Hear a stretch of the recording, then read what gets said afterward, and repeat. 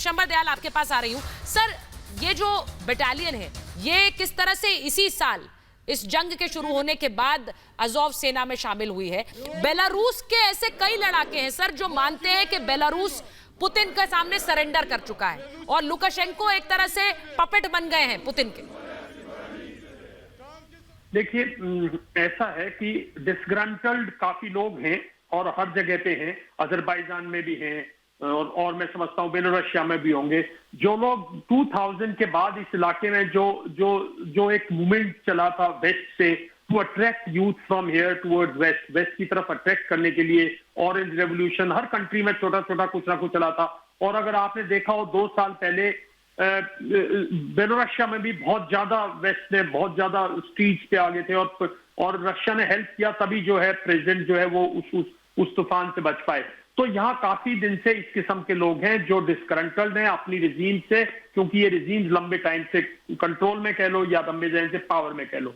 तो इन लोगों का एक दूसरी बात मैं बताना चाहता हूं। देखिए, हम ये अज़ोव बटालियन जो है ये सबसे, इसके तो और भी बहुत बड़े नुकसान है। इसको तो खुद अमेरिकन ने, खुद EU ने, खुद यूरोपियंस ने, खुद नाटो ने कंडम किया था ना, इनको क्रिटिसाइज किया था, बिकॉज ये नाजीज हैं। ये स्टैटनबर्गर जो सेकेंड वर्ल्ड वॉर के जो जिसको हीरो मानते हैं, जिसकी इन्होंने स्टैच्यू लगा रखी है, ये तो नाजीज है बिल्कुल, ये फैनेटिक्स है बिल्कुल।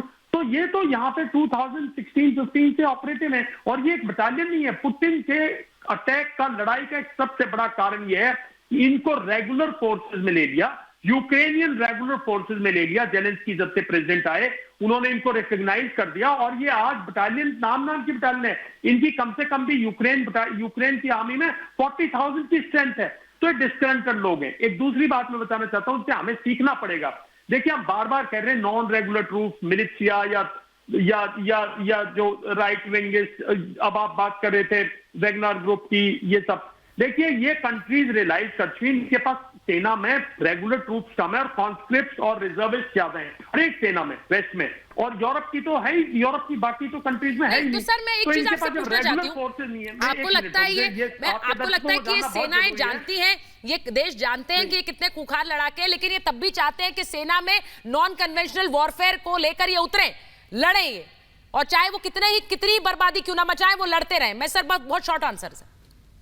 देखिए, रेगुलर फोर्सेस को हमें भारतवासियों को एक चीज समझनी पड़ेगी बहुत अच्छी, कि जो रेगुलर आर्मी है उनकी रेगुलर ट्रेनिंग, उनके रेगुलर इफोर्स होते हैं और उसको वो बहुत कॉस्टली है आज दुनिया में। अगर इंडिया की आज स्टैंडिंग 1.2 मिलियन आर्मी है जो कि कंप्लीटली प्रोफेशनल है और उसमें कॉन्स्क्रिप्ट नहीं है और ये 3 ईयर 5 ईयर विजिट नहीं है, तो एक बहुत अच्छा संकेत है दुनिया के लिए। क्योंकि जब आपके पास ऐसी रेगुलर फोर्सेस नहीं होंगी तो आप ऐसी फोर्सेस पे डिपेंड करोगे और ये फोर्सेस फिर कोई इनका कोई रूल रेगुलेशन नहीं है। ये जैसे 14, 15, 16, 17, 18 सेंचुरी में हमारे यहाँ भी तो कुछ रेजिमेंट ऐसी बनाई थी अंग्रेजों ने, तो इनका कोई दस्तूर नहीं है, इनके कोई रूल्स रेगुलेशन। पर आप सोचिए कि ये किस तरह की सेनाएं हैं। ये उस तरह की सेनाएं, मेजर जनरल सिन्हा, जो कान काट कर इकट्ठा करती है दिखाने के लिए कि देखिए हमारी ट्रॉफीज हैं। ये किस तरह से हाथ पैर बांधकर गोली दाग देती है और फिर दिखाती है उन शवों को अंबार लगाकर के देखिए ये हमारे लिए, ये हमने हासिल किया है। ये देखकर सिहरन होती है सर, लेकिन ये सब हो रहा है इस युद्ध में। मैं एक बड़ी खबर बता रही हूँ, चेर्नोबिल परमाणु